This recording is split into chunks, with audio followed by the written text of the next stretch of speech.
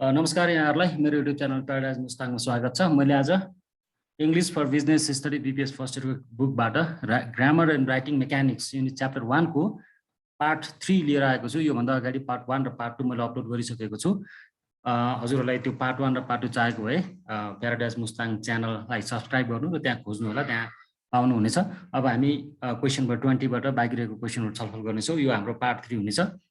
अब question number 20 मा what is the basic sentence structure of English language भनेको छ। इङ्ग्लिस ल्याङ्ग्वेजमा आधारभूत सेन्टेन्सको स्ट्रक्चर बनोट कसरी बनेको हुन्छ भनी छ।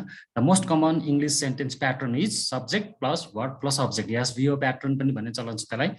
एसभिओ सब्जेक्ट कर्ता वर्ब क्रियापद र अब्जेक्ट कर्म। सब्जेक्ट वर्ब अब्जेक्ट प्याटर्न हुन्छ। There are 7 basic sentence or clause pattern. इङ्ग्लिसमा चाहिँ हामीले हेर्ने हो भने 7 वटा यसरी एसभिओ प्याटर्नमा बनेको हुन्छ सेन्टेन्सहरू। जस्तै सब्जेक्ट र भर्ब मात्र भएको एसभी, यतापट्टि सर्टकटमा हेर्नु होला।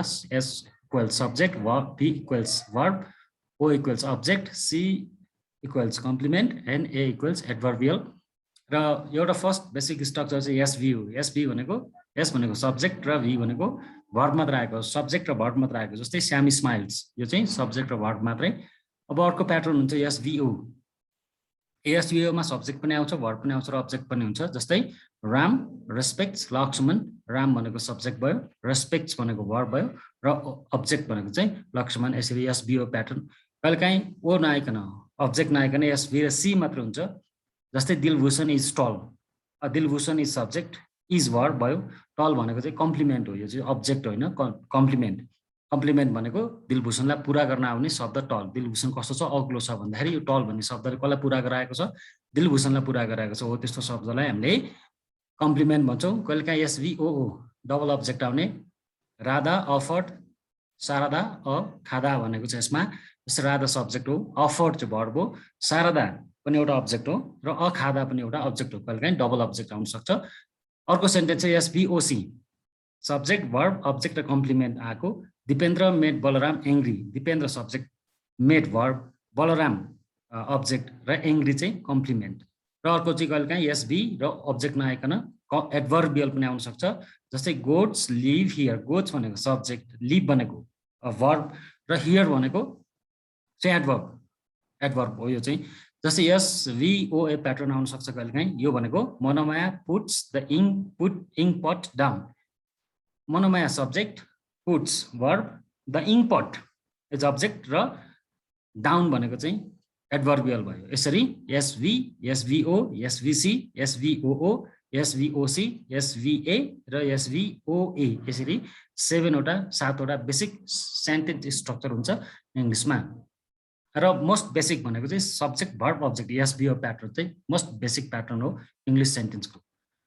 सो यहाँ नेक्स्ट क्वेसन छ, what is dangling modifier. Dangling modifier, modifier is a word that tells something about or modifies verb or noun. यो मोडिफायरहरू शब्दको पछाडि आउँछ र त्यो मोडिफायरले कि चाहिँ भर्बको बारेमा कि चाहिँ नाउनलाई के गर्छ, मोडिफाई गर्ने काम छ। But when the modifier does not clearly modify or does not clearly tells anything about noun or verb then it becomes dangling modifier. खासमा मोडिफायरको काम चाहिँ नि त्यहाँ सेन्टेन्समा आएको भर्ब, सेन्टेन्समा आएको सब्जेक्टहरूलाई के गर्ने, बढी इन्फर्मेसन दिने, मोडिफाई गर्ने, चेन्ज गर्ने भनेर आउने हो खास। तर कहिलेकाहीँ सिचुएसन कस्तो हुन्छ भन्दा त्यहाँ प्रयोग भएको मोडिफायरहरूले न नाउनलाई मोडिफाई गर्न सक्छ, न त्यहाँ भएको भर्बलाई मोडिफाई गर्न सक्छ। यसरी मोडिफाई आउन त आयो तर कुनैलाई पनि मोडिफाई गर्न सकेन, नाउनलाई पनि मोडिफाई गर्न सकेन, भर्बलाई पनि मोडिफाई गर्न सकेन भने त्यस्तो बेलामा चाहिँ त्यो के हुन्छ, ड्याङ्गलिङ मोडिफायर हुन्छ। ड्याङ्गलिङ मोडिफायर भनेको बिग्रेको मोडिफायर हो यो चाहिँ। जस्तै let's look at the following example. Halting loudly John shut off the motor of his car भन्ने एउटा सेन्टेन्स छ। हेर्नुहोस् त, हेल्टिङ लाउडली भन्ने एउटा मोडिफायर हो यहाँ एउटा। जोन सट, जोनले बन्द गर्यो, of the motor of his car, उसको कारको मोटर बन्द गरिदियो अथवा कार बन्द गरिदियो भनेछ। एउटा चाहिँ John shut off the motor of his car, जोनले आफ्नो कारको मोटर बन्द गर्यो अथवा मेसिन बन्द गर्यो अथवा कार बन्द गर्यो भन्ने, चाबी अफ गर्यो भन्ने सेन्स हो यो चाहिँ। तर हेल्टिङ लाउडली भनेको चर्को आवाज आयो। चर्को आवाज आयो त भनेको छ। चर्को आवाज कसले आयो, कसले निकाल्यो चर्को आवाज, जोनले निकाल्यो कि उसको कारले निकाल्यो भन्ने कुरा चाहिँ यहाँ क्लियर छैन। हेल्टिङ लाउडली गरेको छ, चर्को आवाज निकालेको छ, चर्को आवाज जोनले निकालेको हो कि उसको कारले निकालेको हो भन्ने कुरा थाहा छैन। हो यस्तो सिचुएसनलाई हामी भन्छौँ dangling modifier. In this sentence it is not clear who is halting loudly. यहाँ टर्कको आवाज कसले निकालेको छ भन्ने बुझ्दैन, जोन अर हिज मोटर। जोनले हाल्टिङ लाउडली गरेको कि मोटरले हाल्टिङ लाउडली गरेको बुझेको छैन। So halting loudly is a dangling modifier. त्यही भएर यो हाल्टिङ लाउडली भन्ने मोडिफायर जुन प्रयोग गरेको छ त्यो चाहिँ के हो त ड्याङ्लिङ मोडिफायर हो। We can correct this sentence in this way. तर यसलाई ड्याङ्लिङ नबनाउने अब करेक्ट मोडिफाई प्रयोग गर्ने हो भने यस्तो बनाउन सकिन्छ, John shut off the motor of his car that was halting loudly. यसो भन्दै गर्दा यो सेन्टेन्समा धेरै क्लियर भयो। John shut off the motor of his car that was halting loudly. यसो भन्दाखेरि हाल्टिङ लाउडली कसले गरेको रहेछ, उसको मोटरबाट उसको कारबाट एकदम चर्को चर्को आवाज आएको रहेछ र जोनले बन्द गरेको रहेछ भन्ने बुझिन्छ। तर हाल्टिङ लाउडली अगाडि राख्दाखेरि who is halting loudly, either John or his motor car, who is that is halting loudly भन्ने क्लियर भएन। हो यस्तो अवस्थामा चाहिँ नि मोडिफायर के हुन्छ, ड्याङ्लिङ हुन्छ। त्यही भएर हामीले सेन्टेन्स लेख्दाखेरि मोडिफायरलाई सही सदुपयोग गर्नुपर्ने हुन्छ, नत्र सेन्टेन्सले कन्फ्युजन निकाल्छ। अर्को कुरा छ डबल नेगेटिभ। यो त तपाईँहरूले बुझ्नुहुन्छ सायद। What is double negative? Double negative in a sentence means when negative adverbs like no, not, hardly, never etcetera are use in a same sentence with negative verbs like cannot, do not, did not, etc. For example, I could not hardly understand what she said. In this sentence, the negative word could not and negative adverb hardly is used in the same sentence, so it is wrong. The correct sentence would be I could not understand what she said or I could hardly understand what she said. अब double negative भनेको जस्तै कुनै कुनै शब्दहरु आफैमा negative हुन्छ, जस्तै no भने आफैमा नेगेटिभ हो, नट भने आफैमा नेगेटिभ हो, हार्डली, नेभर भनेको आफैमा नेगेटिभ शब्द हो। यो नेगेटिभ शब्द आइसकेपछि सेन्टेन्समा आइसकेपछि तपाईले के प्रयोग गर्नु हुँदैन, can not, do not, did not प्रयोग गर्नु हुँदैन। यो नो, नट, हार्डली, नेभर पनि नेगेटिभ र do not, did not, can not पनि नेगेटिभ हो। तपाईले एउटै सेन्टेन्समा नो, नट, हार्डली पनि प्रयोग गर्ने र एउटै त्यही सेन्टेन्समा फेरि क्यान नट, डु नट पनि प्रयोग गर्यो भने त्यो बेलामा डबल नेगेटिभ हुन्छ। जस्तै आई कुड नट, हेर्नुस् त कुड र नट आफै, यो नट आफैमा नेगेटिभ हो र हार्डली भने पनि आफैमा नेगेटिभ हो। यसरी यो नट पनि नेगेटिभ, हार्डली पनि नेगेटिभ प्रयोग गर्नुभयो भने यस्तो अवस्थामा के हुन्छ, डबल नेगेटिभ हुन्छ। त्यही भएर कि कुड नट मात्र प्रयोग गर्नु पर्यो, कि हार्डली मात्र प्रयोग गर्नु पर्यो, नट प्रयोग गर्नु भएन। आई कुड नट प्रयोग गर्नु भएन। I hardly understand what she said भन्नु र I could not understand what she said भनेको चाहिँ मिल्छ बरु। तर I could not hardly understand what she सेडमा डबल नेगेटिभ आयो। कुड नट भनेको नेगेटिभ हो, हार्डली भनेको नेगेटिभ। यसरी एउटै सेन्टेन्समा तपाईले दुईटा नेगेटिभ प्रयोग गर्नुभयो भने that situation is called use of double negative. त्यस्तोलाई भन्छ हामीले डबल नेगेटिभ प्रयोग गरेको, र यो प्रयोग गर्नुभयो भने इङ्ग्लिस सेन्टेन्स बिग्रिन्छ। त्यही भएर नेभर युज डबल नेगेटिभ। 23 नम्बरमा छ what is phrase? A phrase is a group of words in a sentence but with no verb, no subject or sometimes both no verb and no subject. Phrase भनेको कस्तो भन्दा वाक्यहरुमा आउँछ तर त्यसमा के हुँदैन, कहिलेकाहीँ कुनै बेलामा verb हुँदैन, कुनै बेलामा त्यसको subject हुँदैन, कुनै बेलामा verb पनि हुँदैन, subject पनि हुँदैन। हो त्यस्तो वाक्यहरुलाई phrase भन्छौं हामी। For example as big as house, यसमा verb छैन। walking along the highway, यसमा चाहिँ verb छ तर subject छैन। लुकिङ थ्रु द विन्डो, यसमा पनि भर्ब चाहिँ छ, सब्जेक्ट चाहिँ छैन। Who is looking through the window, कसले हेरिरहेको छ झालबाट भन्ने सब्जेक्ट छैन। वकिङ अलोङ द हाइवे भन्दाखेरि यसमा somebody is walking but who is that, हैन कोही चाहिँ हिँडेको छ, वकिङ हाइवेको बाटो भएर हिँडेको छ तर हामीलाई थाहा छैन। एज बिग एज हाउस, घर जतिको ठुलो भन्ने चाहिँ के हो, घर जतिको ठुलो, त्यहाँ कम्प्यारिजन छैन। त्यही भएर a few example of phrases, phrase does not give any meaning। त्यही भएर फ्रेजले कुनै पनि मिनिङ दिँदैन। अब समग्रमा भन्दा ओभरअलमा फ्रेज भनेको कस्तो स्ट्रक्चर हो सेन्टेन्सको भन्दा कि त्यसमा सब्जेक्ट हुँदैन, कि त्यसमा वर्ब हुँदैन, हैन कि त्यसमा चाहिँ के हुँदैन, सब्जेक्ट पनि हुँदैन, वर्ब पनि हुँदैन। हो त्यस्तो सेन्टेन्सहरुलाई हामीले के भन्छौं, फ्रेज भन्छौं। र फ्रेजले कहिले पनि एउटा कुरा याद राख्नु होला, फ्रेजले कहिले पनि के दिँदैन, कम्प्लिट मिनिङ दिँदैन। जस्तै इक्जाम्पल लागि एज बिग एज हाउस भन्दाखेरि त्यसको केही पनि मिनिङ आएन। यो हाउसलाई केसँग कम्प्यारिजन गरेको छ थाहा छैन। वकिङ अलोङ द हाइवे भन्दै गर्दा who is walking along the highway, यसको सेन्स कम्प्लिट छैन, मिनिङ कम्प्लिट छैन। हो यस्तो वाक्यहरुलाई हामी चाहिँ फ्रेज भन्छौं। अब what is clause? Clause is a group of related word with the subject and verb. र फ्रेज र क्लज जस्ट अपोजिट छ। यसमा चाहिँ रिलेटेड वर्ड विथ सब्जेक्ट र भर्ब हुन्छ। There are two kinds of clause, dependent and independent clause. बरु क्लजले चाहिँ के दिन्छ, हामीलाई मिनिङ दिन्छ, फ्रेजले मिनिङ दिन सक्दैन। Describe dependent and independent clause with example, यो चाहिँ इम्पोर्टेन्ट छ।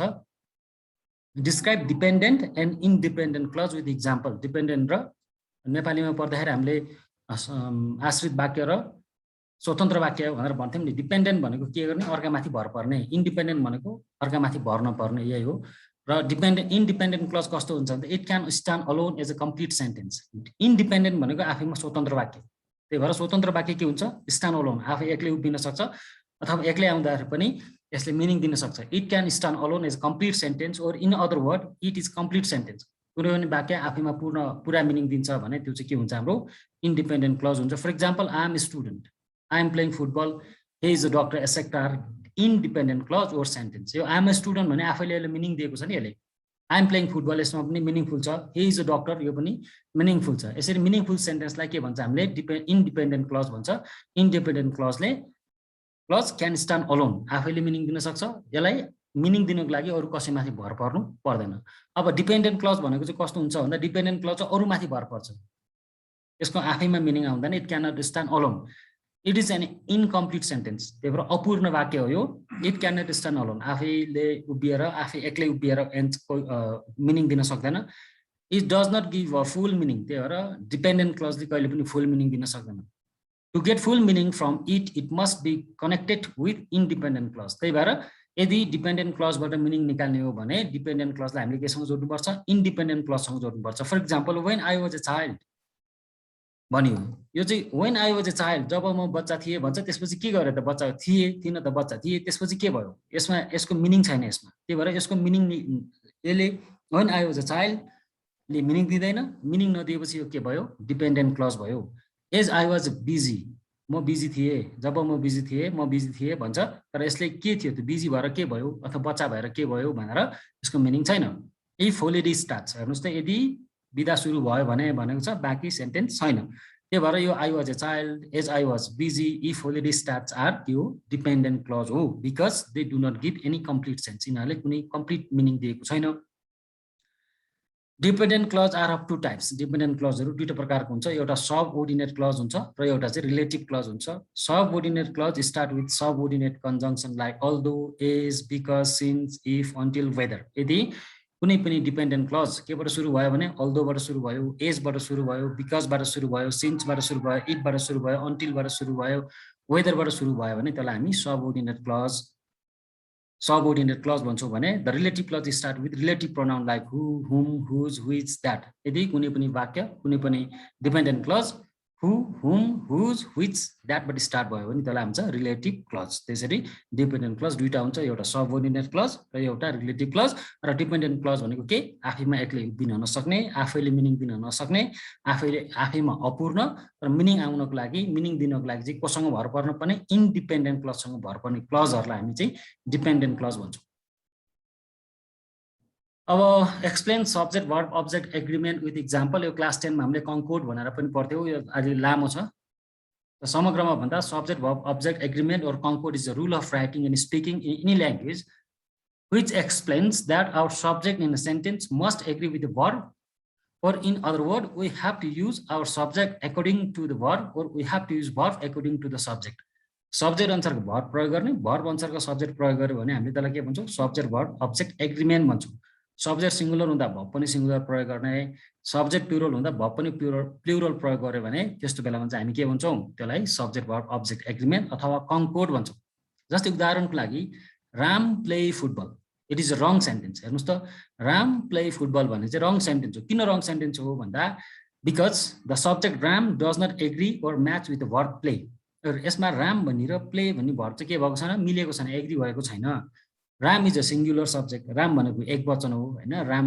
एउटा मात्र छ राम भनेको सिंगुलर सब्जेक्ट हो and for singular subject we need singular verb singular subject छ भने हामीले के प्रयोग गर्नुपर्छ सिंगुलर वर्ब प्रयोग गर्नुपर्छ but play is a plural verb play भनेको चाहिँ V1 हो प्लुरल वर्ब हो यो चाहिँ the correct sentence would be Ram plays football योसँग के हुनु पर्यो रामसँग प्लेज आउनु पर्यो प्लेज भनेको चाहिँ यस थपिएछ नि यो माथि चाहिँ राम प्ले फुटबलमा प्ले मात्र छ यसमा चाहिँ राम प्लेज फुटबलमा चाहिँ यस थपिएको छ यस थपिएपछि यो भाव के भयो सिंगुलर भयो अब यतिखेर राम पनि सिंगुलर प्लेस पनि सिंगुलर भएपछि बल्ल राम भने सब्जेक्ट र प्लेस भने भर्ब बीच के भयो सहमति भयो एग्रिमेन्ट भयो हो यस्तो अवस्थालाई हामी के भन्छौँ सब्जेक्ट भर्ब अब्जेक्ट एग्रिमेन्ट अथवा कन्कोड भन्छौँ both subject Ram and verb plays are singular this kind of agreement or matching is called subject verb object agreement हो यसरी मिलाउने कामलाई सब्जेक्ट अनुसार भर्ब अथवा भर्ब अनुसार सब्जेक्ट प्रयोग गरेर मिलाउने कामलाई हामी एग्रिमेन्ट भन्छौँ So यहाँ केही इक्जाम्पलहरु छ हेर्नु होला when two nouns are joined by end we use plural verb like Ram and Sita are अब Ram and Sita लाई दुईटा plural भयो यहाँ plural भएपछि are प्रयोग गर्नु पर्यो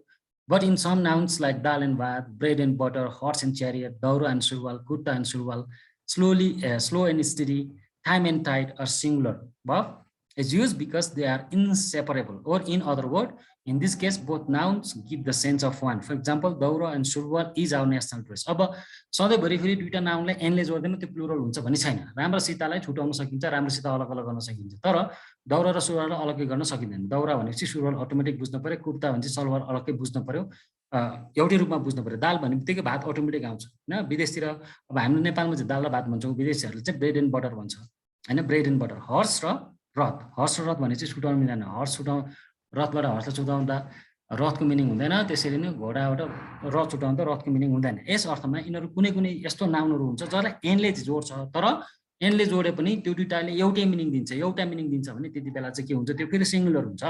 फर इक्जाम्पल दौरा एन्ड सुरुवाल, यसमा एनले जोडेको छ, तर दौरा र सुरुवाल फरक पनि छ। तर दौरा भन्ने बित्तिकै सुरुवाल, सुरुवाल भन्ने बित्तिकै दौरा भन्ने सेन्स आउँछ। त्यही भएर यो दौरा सुरुवाल मिलेपछि एउटा ड्रेस बन्ने भएर यसमा चाहिँ इज प्रयोग गरिएको छ, तर राम एन्ड सीतामा चाहिँ आर प्रयोग गरिएको छ, किनभने राम र सीता के हुन्छ, सेपरेबल हुन सक्छ, छुट्याउन सकिन्छ। जस्तै कलेक्टिभ नाउनहरू, समूहवाचक नामहरू, class, team, family, jury, committee are usually singular.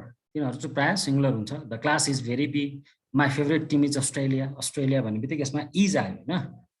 केही इक्जाम्पलहरू छ, unit and quantity are always in singular. नाप लिने हुन्छ नि, केजी, रुपैयाँ भन्यो भने त्यो चाहिँ सिंगुलर हुन्छ जहिले पनि। जस्तै 10 केजी, अब यसो हेर्दाखेरि कमन सेन्स लगाउँदा 10 केजी भनेको धेरै हो नि, 10 केजी भनेपछि त राइस आर हुनुपर्छ भन्ने सेन्स आउँछ, तर 10 केजी भनेको के हो, चाहिँ युनिट हो, एउटा क्वान्टिटी हो। युनिट र क्वान्टिटीहरू जहिले पनि सिंगुलरमा हुन्छ। 1000 रुपिज, यसमा चाहिँ 1000 रुपिज छ। 1000 रुपिज इज, अब 1000 भन्दा त धेरै जस्तो लाग्छ, तर यो एउटा के हो, युनिट हो, त्यही भएर युनिटहरू सिंगुलर हुन्छ। 1000 किलोमिटर इज, 1000 भन्ने बित्तिकै धेरै जस्तो लाग्छ, तर यो चाहिँ 1000 भने पनि 1 रुपी 100 रुपी भने पनि यो चाहिँ के हो, युनिट अथवा मेजरमेन्ट हो, नाप हो नि त, नाप भएको भएर यसमा सिंगुलर हुन्छ। अरू पनि यहाँ इक्जाम्पलहरू थुप्रै छन्, हेर्नु होला। Things with part such as scissor, tweezer, trousers, shears have plural verb like the scissors. कैँची भन्ने बित्तिकै अब हामीले कैँचीलाई सिंगुलर रूपमा लिनु भएन, दुईटा प्लुरल रूपमा लिनु पर्यो। यसरी के इक्जाम्पलहरू छ हजुरहरूले हेर्न सक्नुहुन्छ, यहाँ थुप्रै इक्जाम्पलहरू लेखिदिएको छ। कुनै कुनै नाउनहरू हुन्छ जो सधैँ प्लुरल हुन्छ, जस्तै यसमा प्लुरल बनाउनलाई हामीले नर्मली एस थप्छ अथवा इएस थप्छ, तर कुनै कुनै नाउनहरू हुन्छ जसलाई एस नथपिकन पनि त्यो सधैँ प्लुरल हो। जस्तै cattle, data, clergy, gentry, public, swine, people, police, sheep, deer, fish, poultry, vermin भनेको चाहिँ यिनीहरू जहिले पनि के हुन्छ, प्लुरल हुन्छ। त्यही भएर केटल आएपछि इजको सट्टा आर प्रयोग गर्नु पर्यो, डेटा भनेको इजको सट्टा आर प्रयोग गर्नु पर्यो, किनभने आर भनेको पनि प्लुरल हो, डेटा भनेको पनि प्लुरल हो। फेरि कुनै कुनै भर्बहरू चाहिँ हेर्दाखेरि प्लुरल जस्तो देखिन्छ, तर वास्तवमा त्यो सिंगुलर हो। न्युज, यसमा एस थपिएको छ, सबैमा यसको पछाडि एसएस छ, तर एसएस थपिए पनि they are not singular plural, they are singular. जस्तै न्युज, न्युज इज गुड भन्नुपर्छ, अब न्युज आर भन्न पाएन हामीले। Athletics, linguistic, physics, economics, classic, comics, innings, billiards, politics, mathematics, goods, wages, summons, यिनीहरू सबै एसएस थपिएको छ, यहाँ एसएस देखिन्छ, तर यति भन्दै गर्दा पनि यो शब्दहरू के हो, सिंगुलर हो। यिनीहरूलाई सिंगुलर भर्ब प्रयोग गर्नुपर्ने हुन्छ। यसरी सब्जेक्ट अनुसारको भर्ब र भर्ब अनुसारको सब्जेक्ट मिलाएर लेख्ने कामलाई हामीले कन्कोर्ड अथवा सब्जेक्ट भर्ब अब्जेक्ट एग्रिमेन्ट भन्छौँ। अब अन्तिममा छ question number 27, write short note on apostrophe dash and ellipsis भनेको छ। यसमा चाहिँ एपोस्ट्रोफी भनेको देख्नुहुन्छ तपाईँले, कुनै पनि शब्दको पछाडि एउटा एपोस्ट्रोफी दिएर यस लेखिएको हुन्छ अथवा यस नलेखिएको पनि हुन्छ। इज युज्ड, कुन अवस्थामा प्रयोग हुन्छ, इन पोसेसिभ नाउन, पोसेसन देखाउनु पर्यो भने त्यति बेला रिताज, गीताज, रिताज हाउस, गीताज बुक भनेर देखाउनु पर्यो भने एपोस्ट्रोफी प्रयोग हुन्छ। अनि अर्को यसको एपोस्ट्रोफीको प्रयोग चाहिँ इन कन्ट्र्याक्सन, कन्ट्र्याक्सन भन्नु सर्ट फर्ममा, क्यान नटलाई सर्ट फर्म बनाउँदा कान्ड हुन्छ, विल नटलाई सर्ट फर्म बनाउँदा ओन्ड हुन्छ। यसरी कन्ट्र्याक्सन गर्दाखेरि र पोसेसन देखाउनेलाई एपोस्ट्रोफीको प्रयोग हुन्छ। अब ड्यास, ड्यास भनेको यो दुईटा हुन्छ है, there are 2 types of dash, ड्यासेसहरू दुईटा प्रकारको हुन्छ। एउटालाई एम ड्यास भन्छ, द लङ्गर वान, यो लामो र छोटो दुईटा ड्यास प्रयोग भएको छ यहाँ। एउटा एम ड्यास भनेको चाहिँ the longer one is used, longer one लामो ड्यासलाई एम ड्यास भन्छ, to separate a phrase or interpolation. जस्तै इक्जाम्पल लागि series of example within a text, उदाहरण छ नि यहाँ, जस्तै all the people in the room, लामो ड्यास, सीता, मदन, सुशोभन एन्ड बबिता, अनि फेरि एम ड्यास प्रयोग गरेर लामो ड्यास। यसरी सेपरेट गर्नु पर्यो आइटमहरूलाई भने पनि त्यति बेला हुन्छ। एन ड्यास भनेको चाहिँ फेरि एम ड्यास भनेको लामो हो भने एन ड्यास भनेको छोटो हो, the shorter one half in with of an em dash. Em dash भन्दा ठिक आधालाई हामी एन इएन ड्यास र इएम ड्यास है, टु इन्डिकेट रेन्जेस। जस्तै रेन्ज देखाउने सी पेज नम्बर 46 to 73 भनेको छ रेन्ज हो नि 46 देखि 73 भनेको रेन्ज हो अब यो रेन्ज देखाउनु पर्यो भने तपाईले यो लामो ड्यास हैन छोटो ड्यास प्रयोग गर्नु पर्यो to indicate negative number minus देखाउनु पर्यो भने यहाँ त झुकिएर एम ड्यासको प्रयोग भएको छ तर यहाँ छोटो ड्यासको प्रयोग हुनुपर्छ in the bullet list is in the example below जस्तै फ्रुट भनेपछि अरेन्ज बुक भनेपछि यो यसरी फ्रुटको रेन्ज देखाएको छ हामीले फ्रुटमा के पर्यो अरेन्ज एप्रिकट गावाज पर्यो बुकमा the invisible man Muna Madan सिरिजको फुल लाइक दिस यसरी हामीले के देखाएको छ बुलेट लिस्ट देखाएको छ तर यसमा चाहिँ हामीले छोटोवाला ड्यास प्रयोग गर्नु पर्यो इलिप्सिस भनेको तीनटा dot indicate a quote from a part of continuing text avoid if you can भनेको छ नि जस्तै तपाईले यो कसैको भनाइ लेख्दै हुनुहुन्छ त्यो भनाइ एकदम लामो छ भने केही पार्टहरू छोडेर त्यो भनाइको केही पार्टहरू छोडेर अन्तिमको पार्ट मात्र टिप्नुहुन्छ नि इज इम्पोर्टेन्ट भनेको छ यहाँ कोट अनकोट भित्र हालेको छ नि यसको मतलब यो इज इम्पोर्टेन्ट अगाडि तीनटा डट प्रयोग गरेको छ इलिप्सिस प्रयोग गरेको छ यसको मतलब के हो भन्दा यो तीनटा इज भन्दा पनि अगाडि के छ अरु थुप्रै वाक्यहरू छ धेरै लामो भएर छोडिएको हो भनी सेन्स आउँछ त्यही भएर के quote from a part of continuing text लगातार आइरहेको टेक्स्टमा के गर्ने तपाईले छोड्नु भएको छ है धेरै कुराहरू यो बीचमा लामो भएको भएर लेख्नु भएन भन्ने सेन्स जनाउनु पर्यो भने यो एलिप्सिसको प्रयोग गर्नु पर्यो to indicate a pause in creative writing लेखकहरूले प्राय युज गर्ने गर्छन् now there is a peace there is a light गर्छ पज हो कि यो पज भनेको रोकिएको है रोक्दै सोच्दै लेख्दै फेरि एकछिन लेख्यो फेरि एकछिन सोच्ने बेलामा पज भयो तपाईँ पज भएको बेलामा एडिट डट दिने काम गर्छ लेखकहरूले प्रयोग गर्छ टु सो हेजिटेसन भनेको तपाईँलाई